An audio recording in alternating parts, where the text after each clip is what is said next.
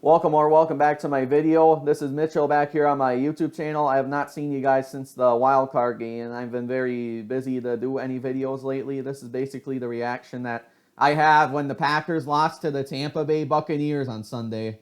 I'm gonna sound very frustrated because I don't know how it happened. I know how it happened, but it's still hard to believe that it did.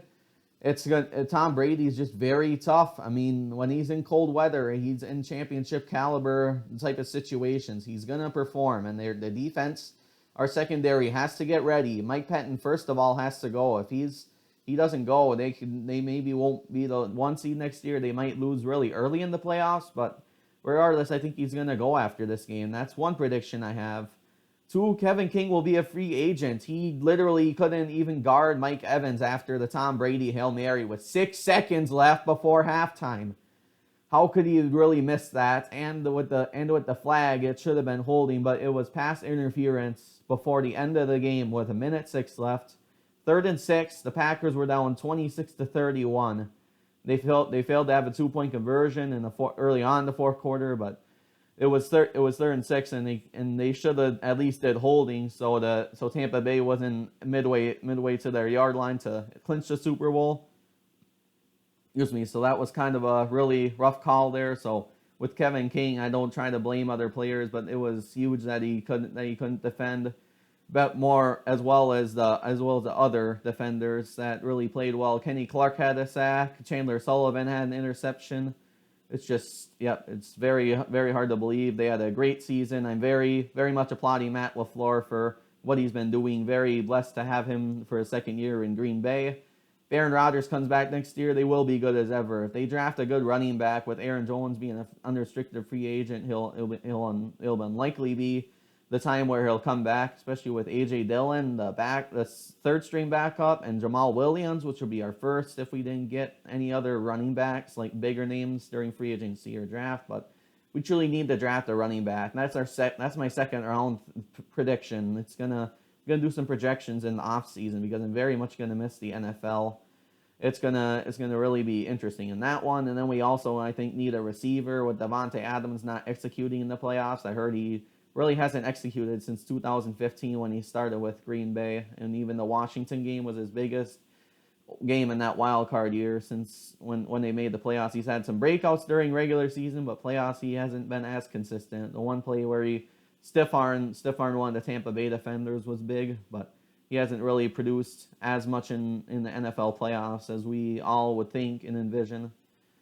So I know it's the way it is. It's very hard to know because it was very hard to know that it actually happened again. I was very much crying with working the last 2 Packer games as a guest relations employee, seeing the crowd again. I'm ready to have tears again, happy tears too, because I saw my favorite place in the world finally light up and full of crowd again. It felt like 80,000 people because they're very loyal in Green Bay, and it's very much even a different environment during playoff games than it is regular season. The crowd goes up probably half a percentage compared to a preseason or regular season game. You know, those are allowed to a playoff game in Green Bay. It's just phenomenal. If you're a Packer fan, it's very much a bucket list item besides preseason, regular season, and family fun night to go during the playoffs, if it's affordable, or just being around it in general. That and the fact that they're 0-2 since 1996 when they beat Carolina. And fun fact, I was born 2 months before that NFC Championship game that year.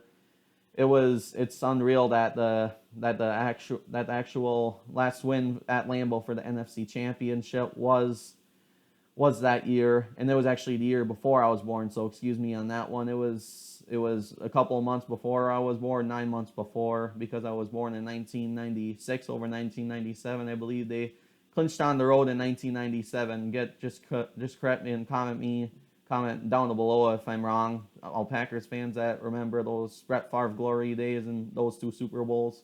I'd love for you to comment down if I'm wrong with the NFC Championship game not being at home in 1997, which I do not believe it was.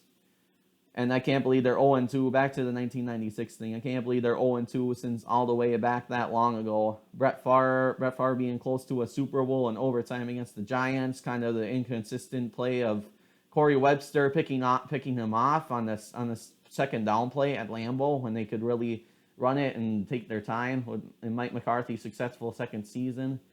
And this time, Rodgers and Matt LaFleur were not on the same page. Obviously, he could have ran it on 3rd and 8 to potentially tie the game. It was 31-23 at the time. Before it was 31-26, and if he ran it, the crowd would light up. It would at least be a 2-point ball game if they scored. So they weren't really on the same page there about going for it over kicking the field goal. So that led to a very interesting conversation after the game was over. I watched the news till 11:30 at nights and to see on how the coverage was, the future of Rodgers, the future of the whole team in general, which players could come back, which players would leave. I'm very excited for this next season, depending upon how free agency goes. There's rumors we could get J.J. Watt as a Packers linebacker next year. We do need that one bigger name as a linebacker.